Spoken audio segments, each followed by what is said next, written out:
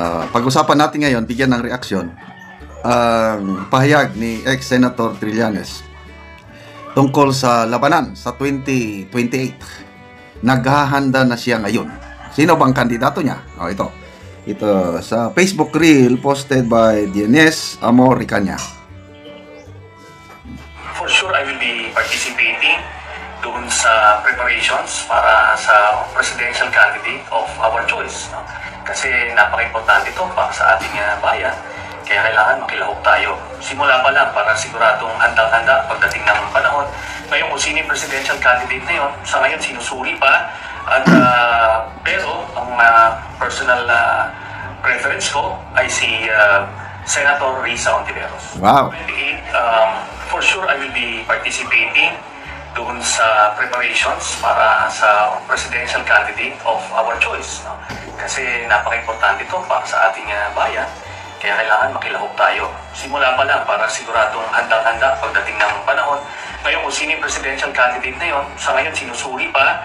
At pero ang personal preference ko ay si Senator Risa Hontiveros. Okay. So, klaro na, no? Ang kandidato ni Mr. Trillanes, Risa Hontiveros. Okay, magbasa lang tayo sa mga comments bago to natin pulsuhan. Fritz Cobrado, kilala ko ito, Bishop ito. Hoy, Trililing, look at the comment section below. Majority anti-Risa, anti-Trililing, anti-Team BBM. Hindi kayo mananalo. John Nan Rosaluna, Mayor, di naman gani ka kadaog. Hindi daw nanalo kahit magka-mayor. Glenn Paroa, Barangay Captain siguro, basin makadaog ka. Pwede daw siyang manalo, Barangay Captain. Rodolfo Bargayo, Sir, your time is end already. Wala ka na. Ang tingin kasi niya sa sarili niya is very relevant pa rin. There was a time na talagang sikat si Trillanes. Lalo na sa men and women in uniform. Kaya nga nanalo siya eh. Kasi symbol siya ng idealism nung una. Nung nilalabanan niya yung kay Gloria Macapagal-Arroyo. Ayan, yung Oakwood Mutiny. So, ang pagkapanalo niya nung una, tinulungan siya ng leftist at, of course, men and women in uniform. Kaya nanalo siya. So, nung una, okay pa naman. But nung lantarang kinalaban niya ng Duterte, yun na. Nung una, gustong-gusto niya ang Duterte. Diba, nagmamakaawa siya na maging running mate siya ni Mayor Duterte noong 2016. Si Tatay Digong mismo nagkwento niyan. Sino ba yung Trillanes na? Ayoko. So, dahil inayawan siya ni Tatay Digong, na gustong-gusto niya noon, nung inayawan, wala na. Kinalaban niya na hanggang ngayon. Kinakalaban niya ng Duterte. Ano ba yan? Nang dahil lang sa hindi ka napagbigyan na running mate, kakalabanin mo na. Ibig sabihin, believe ka nung una. Dahil gusto mo siyang makatandem. Ganyan po. So, akala niya, very relevant pa rin siya.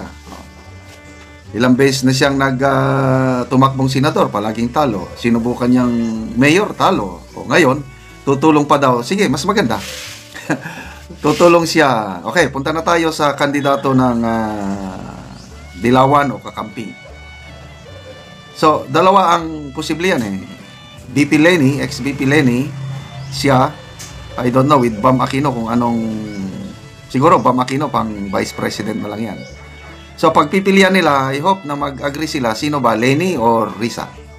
Tommy, mas maganda kung si Risa, mas madaling talunin.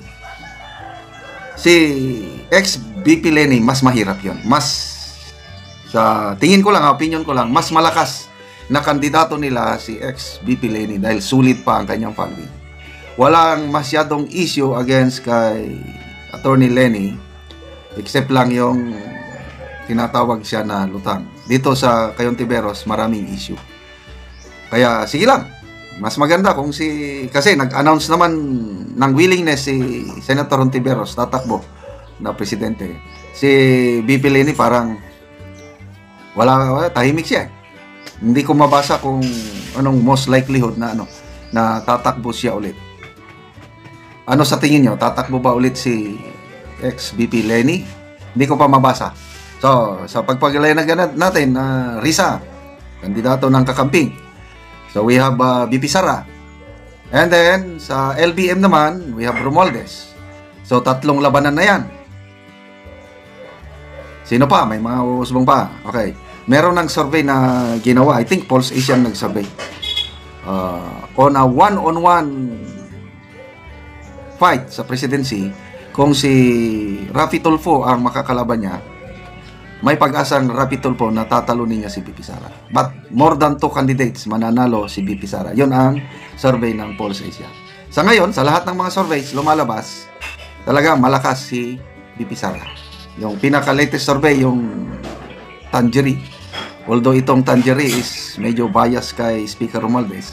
Kaya lang, lumalabas, si BP Sara pa rin ang nangunguna, 29%.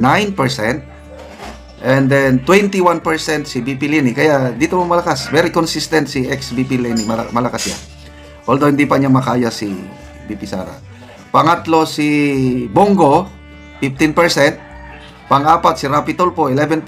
Pang-lima lang si Romualdez, 6%. Dito nakakapagtaka, bakit biglang umangat ang rating ni Speaker Romualdez? Dati-dati 1% lang. Baka ito na, mind conditioning na sa mga susunod na surveys ng Tangerie, magiging 10% na, 15% hanggang palabasin nila na malakas si Speaker Romualdez. Okay, salamat mga kaibigan sa inyong pagsubaybay sa ating channel. Nakakatulong kayo ng malaki sa tribong Talandig ng Bukidnon dahil ang income natin sa channel nito is pantulong po sa tribo. Sa ngayon, namimigay tayo ng mga libreng yero at pako para ma-repair ang mga sira-sirang bahay ng tribong Talandig. Panoorin ninyo ang video na ito. Kani ang ipangatag na ang yero sa mga tao nga mga daot ng ilang balay o karon si Angkol nagpatindog ni siya og iyang bagong balay.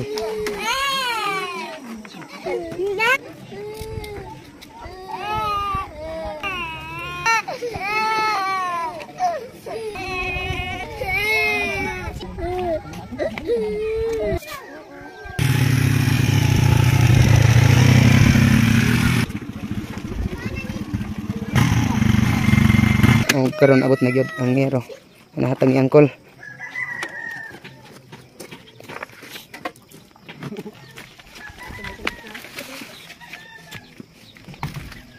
Karon wala niyang itsura sa unang balay ni Angkol nilang ipuyan karon nagpatindog siya og bagong balay kay nataga naman siya og yero. O mga putol-putol na gyud ang iyang yero. Ug mo na ni ang bagong balay nga gitukod ni Angkol ug karon magatop na gyud siya.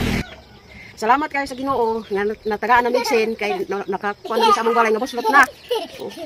Labaw na sa nagtabang sa amoa. Daghang salamat kay nakuan kami. Nasulbad mi sa among kuan problema sa among panimalay. Nakuan namong kuan atop, nasulbad na. Pila na di anti katuig inyong balay? 20 na nakaping katuig among balay. 20 na katuig. Ay sige. So dugay na gyud so karon pa magtukod og bagong balay. Ay sige, salamat.